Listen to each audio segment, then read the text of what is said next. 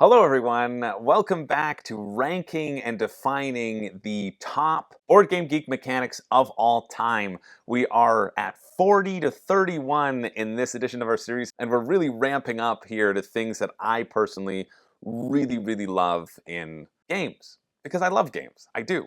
That's why I devote an obscene amount of my time to them and make them the only part of my personality that people can latch onto. So I thought, why don't we look under the hood and really do a deep dive into all the mechanics that are out there, what makes them resonate with me personally, and then also define them, because I think the awesome part, yes, I am saying this series is awesome. The awesome part about this series is that there are so many little things that I haven't seen or I have trouble defining, but exist in a game, and when you define them, then you start being able to notice them in the games that you play, and then that lets you have another tool on how to seek out new things to enjoy and have the vocabulary to talk about current games as well, and to be able to decide a lot more quickly on if this game is even worth picking up to try, or if you should go down another pathway. That's essentially what this is. It makes us better consumers and also helps us translate when some idiot YouTuber out there says, oh yeah, this has simultaneous deck drafting and card building mechanics with a Rondell push your luck system. And knowing what those things are and if we're going to like them. So let's get into it. We're on number 40 in our series, and my number 40 is defined as the action/event, which has an alternate name of a card-driven war game. And this is something that I haven't ever played, and yet it's made it to the top 40 on my list because I think the concept is so cool. And I think the concept is so cool because it blends certain things together, but it gives you a choice. It gives you a choice as a player. You're going to get a card that will give you either action points or an event will trigger. And then typically, if you take the action points, then the event might be performed by another player. This is relevant in Twilight Struggle and Watergate and Paleo. Those are the top three. Oh, 1960, Making of a President. Those are the top four that Board Game Geek have listed. Top four in their ranking system. And I haven't played any of these, but I think I would just love Twilight Struggle, and I really need to take the time and play that one. But I love this concept of choice, right? It's always fun to have a choice and to have a difficult choice on your turn. And so if the event is really good, but you could do so much with those action points and manipulate the board state in another way, you really have to balance out which one of those you're going to be taking or not. And then it's even more enhanced if whatever you don't choose, your opponent gets as well. That just takes it to another level, baby. Makes me really want to get those games and try them out because of that mechanic. And also then investigate how prevalent that mechanic is to the game. A lot of mechanics won't be as prevalent to the game design. I think we've talked about this a little bit over the last bit of the series, but sometimes they're just like a little blip and it's not the central mechanic of the thing. We talked about it in narrative choice being how much or how little, how much do you want it incorporated. But for something like this, it feels like that would be a fairly central mechanic of determining what you do on your turn, and therefore it being fairly central and in the limelight, you can kind of guess at how that will play or how that will feel, or if that excites you or not, means maybe you should try to play one of these games or not. So yeah, that's my number 40, the action/event mechanic. And I'm referring to these all as how Board Game Geek has listed them, which we found out is different than what we might think of them, right? Or at least I found that out in the roll and write category, which I actually now know as the bingo category, where something happens and everybody gets to use that thing in their own special way. It's a combination of bingo and paper and pencil, which is literally just using paper and pencil and drawing on things. So that's why we're defining them as this, because that's how they'll be listed on Board Game Geek. Number 39 is victory points as a resource. And this one needs not much explanation, but in order to do my due diligence, I'm going to do it anyway. It's when you can use your victory points to help you do something in the game. It has Terraforming Mars listed as this because your victory points are your terraforming track. So in addition to getting victory points, it also acts as your income throughout the game. Also has Gaia Project listed, Scythe listed. Scythe here is an interesting one to me because it's the person with the most money at the end of the game wins, but all throughout the game you're going to have these choices of, okay, I can spend a coin to do this, or I have this event where it's pay 2 coins to get 4 resources. is it worth that give and take of spending the resources and spending the points early on to do the thing? And in most cases, I think the answer is just always yes. Especially if it's at the beginning of the game, the answer is yes, because you want to build your engine. That's why one of the most common strategies in Dominion, if you're playing with a game that trashes cards, is to trash your 3 starting estates. It doesn't matter that they're worth points, they're mucking up your deck and preventing you from getting a larger snowball. But I like the concept of victory points as a resource because it gives you that decision. And at what point do you transition in the game from it not being worth it? Terra Mystica is listed on here as well because you can sacrifice victory points to get additional magic power if somebody builds next to you. But is it worth sacrificing 4 victory points just to get 5 power? Can I make that up with what I'll use that 5 power to do? Will it boost my engine in a significant way? And I like that question.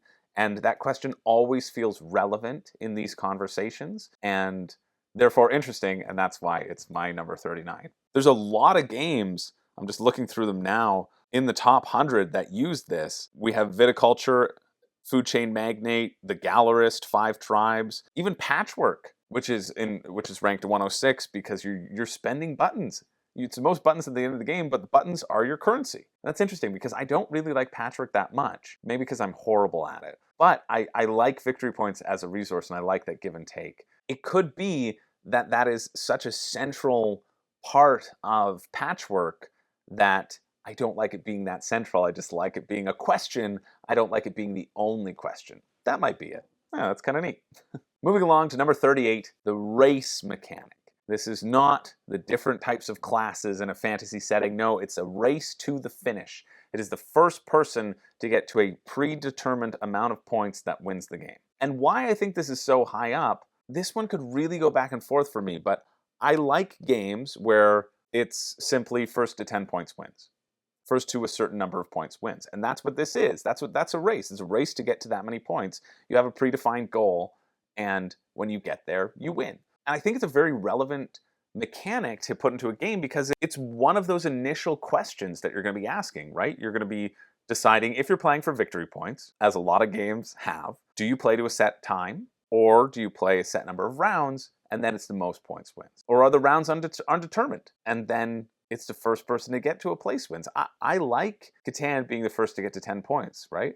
I like this free-form nature, and I think games benefit. It depends on the game, but I think games benefit from that free-form nature as long as they can hold their own throughout that potentially extended period of time. They also have Twilight Imperium listed here as the number 1 game that has a race, because you are racing to a certain number of points. I don't know if it's changed in the 4th edition, but you can play a short game to 10 or a long game to 14 in the 3rd edition. I'm fairly certain those are the correct numbers. But if they were wrong, it wouldn't matter to the conversation, internet.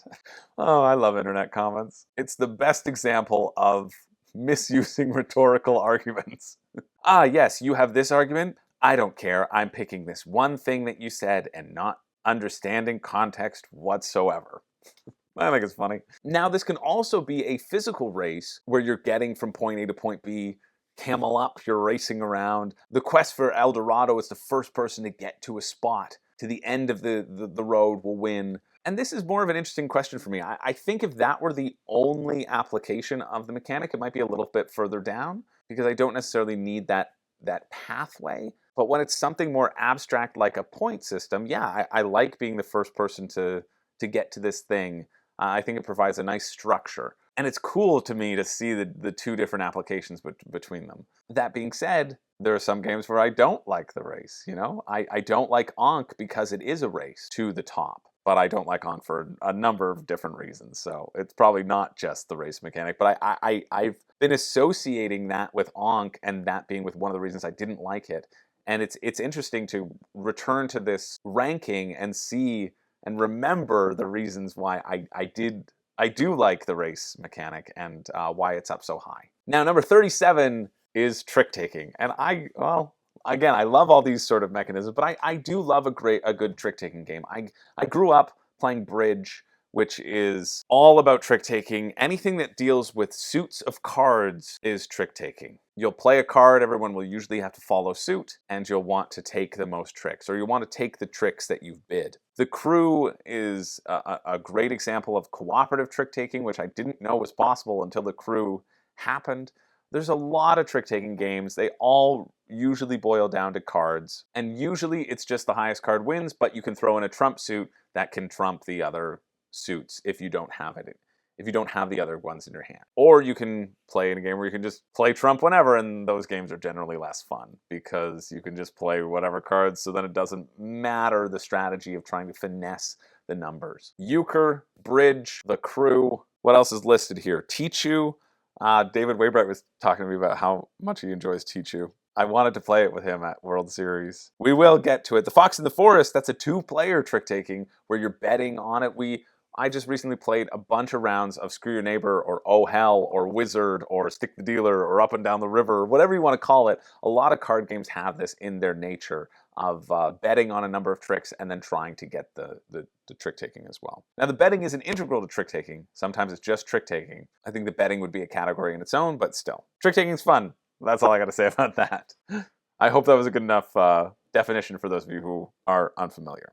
Moving along to number 36, we have automatic resource growth. Now, this is interesting because it's a very specific definition. You get resources that are triggered by a conditional, something that is happening on the board, a condition that you have met, and a deterministic game state. So not a random element. So the best example of automatic resource growth as defined by Board Game Geek, and would be the one that I would reference as well, we have so much in common, BGG, we should go out sometime, is in Agricola, where if you have 2 sheep, they will produce an additional sheep. It just happens. You have 2 sheep, you acquired 2 sheep, you met those conditions, and then they will produce another one. What is not an example of this is Catan, where you get resources at the beginning of your turn because it is random. It's a random dice roll that determines what resources are generated.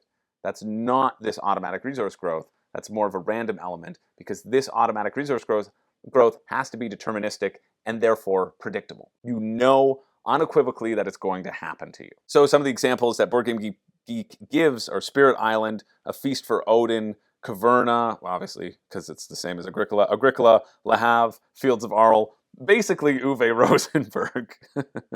Ula Granja, Hallertau, New York Zoo. But I like this because you can formulate it as part of your strategy and you can formulate it as targets to obtain. And because of that, they end up as an element of strategy but aren't like defining your strategy. But it's something predictable that you can seek out, and it is a pathway to success that you can try to go down, but it's not the only way you need to do it. I don't know, I think that there's something nice about knowing this planned event and knowing that these things will happen and will yield you more if you invest in them early on versus later. I like that. I like stuff paying off down the line in games, and I think this represents that for me. Now, speaking of bidding, number 35 is a predictive bid. This is above trick-taking for me, but you will find it in a lot of trick-taking games. Players will make a secret prediction about something that will happen later on in the game. And so you can do this, apply it directly to a lot of trick-taking games by saying, yeah, I'm going to make 3 tricks. And then if you make those 3 tricks, you get the points. If you don't make the 3 tricks, well, you get less points, right?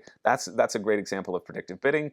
Euchre, Bridge, Hearts does not have this. Hearts has just trick-taking. You don't have to bid. You just try to take the cards in the way that you can. Whereas Euchre and Bridge, they both have that bidding system. But this also can have implications in the board gaming space, which is why I think it's above trick-taking. It's definitely why it is above trick-taking, because one of my favorite applications of predictive bidding is in the game Dune, where if you play as the Bene Gesserits, at the beginning of the game, you predict who will win and on what turn. There are 10 total turns that it could be. And if you predict the winner, if you have manipulated events on the board so that the Emperor wins on turn 4, and you've written that down beforehand, you win the game.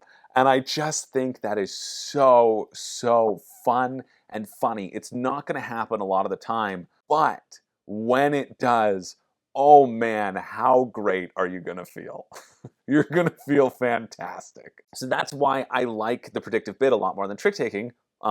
2 points more, in fact, because it has these far-reaching applications, and I think Dune uses it in such an interesting and exciting way that I would like to see other board games be able to incorporate that. This is one where I'll have my eye on games if they say predictive bid. That's going to be a sort of a green flag that I should look more into it and see if I like it. Now, number 34 is fairly easy. It's communication limits, or you have to maintain a good poker face.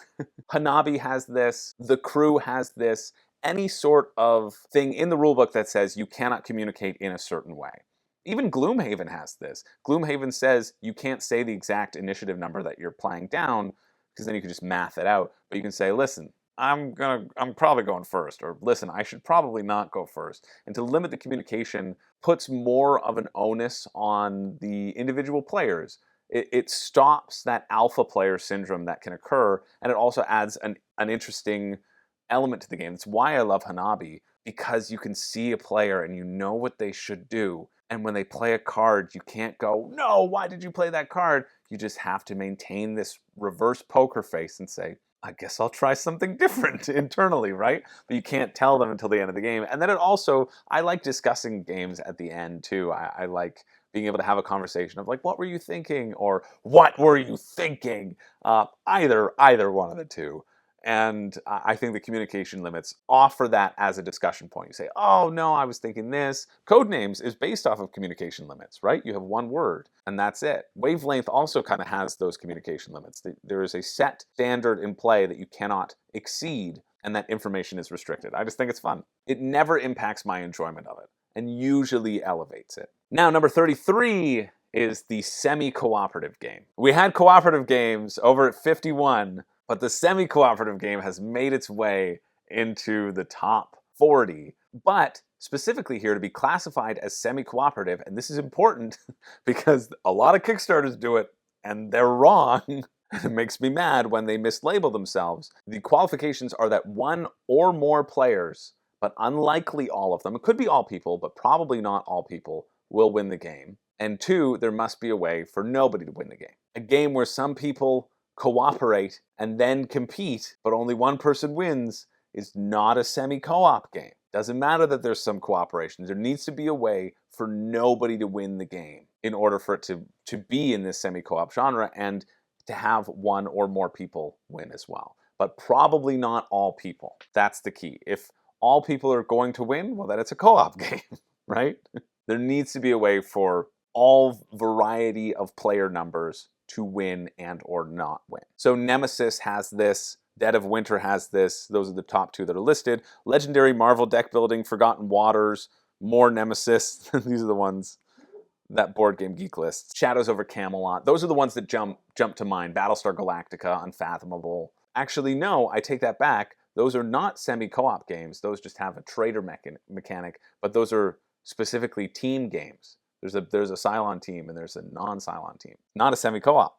It's easy to get confused, right? That's why I don't know, I think it's important to be able to classify these things, but if you are classifying your game as a certain thing, it needs to have a set standard and a set definition. But I think it's important that we set out what these definitions are so we're all on the same page, and so that if we get a game and we're expecting something, those expectations are met. And it falls upon the board game publisher to use this terminology effectively. So yeah, I like semi-co-op because it adds that chaos, right? I think semi-co-op is chaotic. And the fact that you can be fighting against somebody or choose to take the nice route is fun with the right players. I think with the wrong players, it can just be a dumpster fire of a train wreck. And so you really need to have a right group to play semi-co-op with. I've played games that are semi-co-op where I could have taken the easier objective. The last game of Nemesis I played, I could have taken the easier objective, but instead I didn't want to alienate the newest person at the table, and the person who had never played it before, and they had a hard objective. So I could have just killed them and ran away. But I was like, you know what? No, I'll work with you. We can both achieve our goals. We can go and destroy the nest and get out of here. And they died so close to being able to escape, and I was able to escape, but it was still like, I still think it made for a more memorable experience for that person, and hopefully a more enjoyable experience than if I had just been like, well, got my objective, peace, screw you and your game experience, I'm out of here. But like, it depends on what your group is looking for. It depends on the expectations that are set out beforehand. But I really think semi-co-op is a very group dependent type of game and can go south very, very quickly.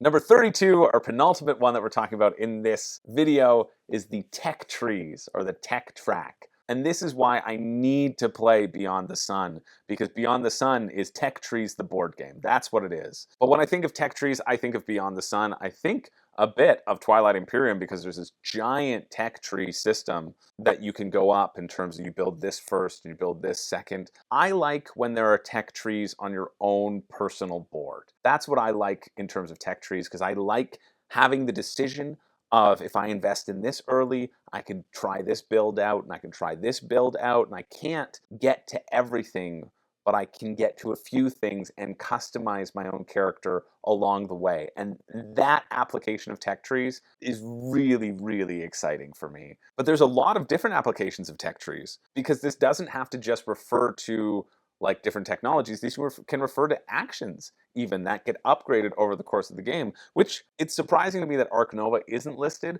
but it's because you don't have a choice. Your choice of upgrading your actions is within the 5 actions that you have, your 5 cards, and you can generally upgrade 4 of them throughout the game. Whereas Brass Birmingham is listed as having tech trees because you have to build level 1 buildings before you can build level 2 buildings and level 3 buildings, and there are a variety of different buildings that you can build, and you're not going to be able to tackle all of them.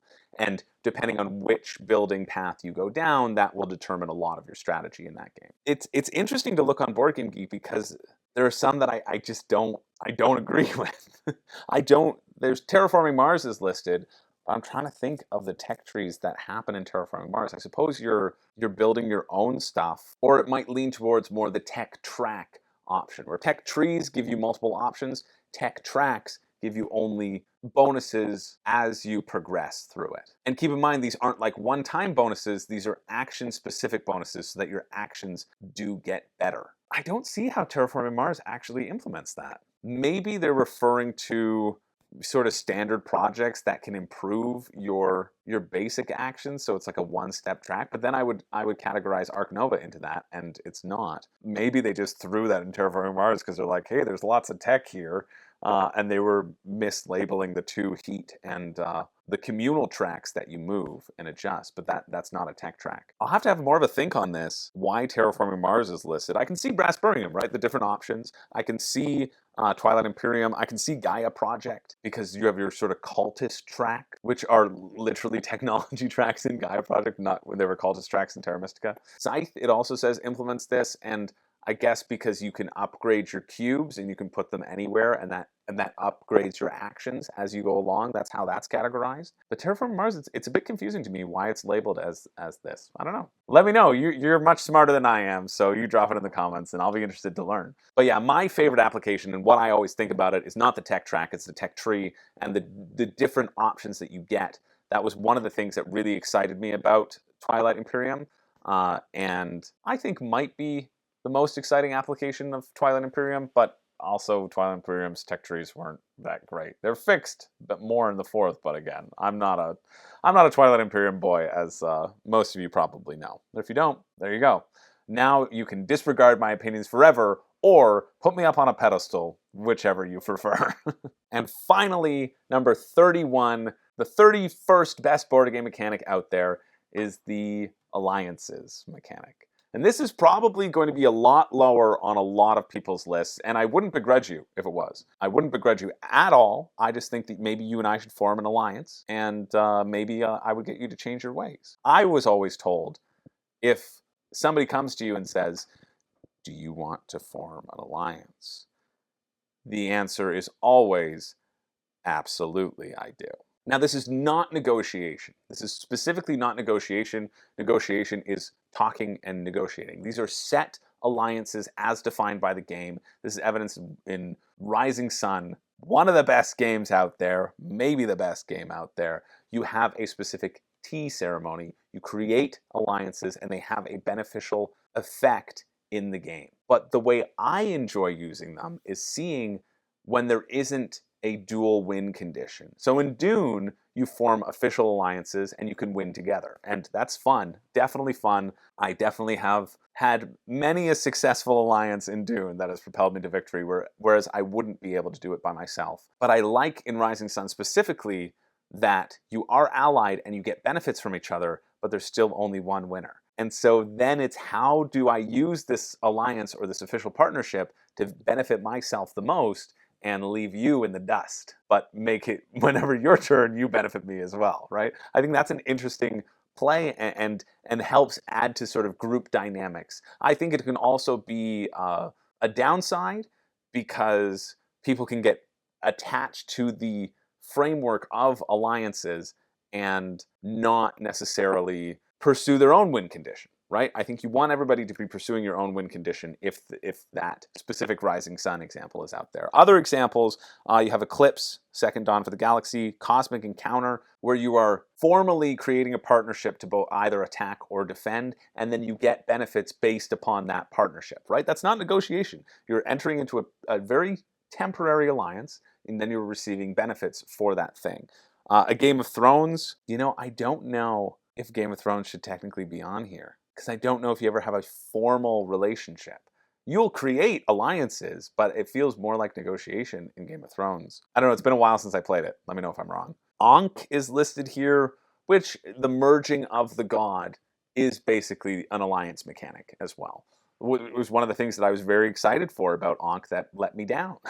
But yeah, the different pairings, I suppose you could say Euchre could have this mechanic. It's not a team-based game, Euchre or Bridge, because the Bridge specifically, you're supposed to play with everybody around the table once, right? You switch your partners, you get scored as partners, but then it's the person who has the highest score who wins total. You don't win as a partnership unless you're playing like 1/3 of a game. So that's kind of cool. I actually never thought about that before. I would have always thought of Bridge as a team-based game, but it actually is an alliance-based game. And I did put that forward in my playing with my parents and my grandma, and they hated it when I said, listen, I'm trying to play for the most points here. I know that I'm going to be partnered with my dad next, and I know my dad currently has more points than me. So I need to draw this game out rather than do something that benefits my grandma, who I was partnered with. I was like, I don't want to win this trick. I don't want to win this because it will end, we'll win the rubber, and we won't have gotten enough bonus points for me to be beating my dad, and then I'll just be playing for second. That's not how anybody plays Bridge, but that is how you should play Bridge. I mean, you should also just play it for the fun, because then if you know that, well, then in the last phase you're playing for second. Maybe you would tank it. No, you would play to get the best score, right? In either case, you play to get the best score. But I think there is then those little moments to be selfish and pursue your own point value in those initial stages than not, which wouldn't happen if it were actually a team-based game, but it isn't. It is an alliance-based game. Wha-bam! I am so thrilled to be ending on that note. So there we go. That's 40 to 31 of the top Board Game Geek mechanics of all time, ranked and defined. These are just my personal. Let me know down in the comments which of these you like the best, which of these you don't. I have to say, I absolutely love talking about this sort of stuff. This is what makes me excited. This is where I get to just talk about board games in a hypothetical manner and with some practical applications, but think of the possibilities and the reasons why fun can occur and why this hobby is so great. So drop some comments down below for the algorithm or for not, to see if we can get this to more people, because I love hearing from you. I love hearing about your opinions. Somebody said, oh, sorry for the long comment. No, I love hearing these in-depth comments. They're friggin' awesome. They make me so happy. And it's clear, like, I am saying these are the best mechanics of all time. And of course, my opinion is the right one. But I understand people have wrong, bad opinions as well. And I like to hear about those too, where we can all just, celebrate and talk about stuff that makes us happy and makes us have fun. And that's what I like. I like talking about stuff that makes me happy, and hopefully you do too. So thank you so much for watching. My name's Chris George. Oh no. After all that, I don't have a catchphrase. The most embarrassing ending ever. But I do want to impress that, again, my opinion should be unequivocal just because I'm wearing a collared shirt, not a graphic tee, so, I mean business. Stay tuned for more. We're gonna finish this up in the next few weeks.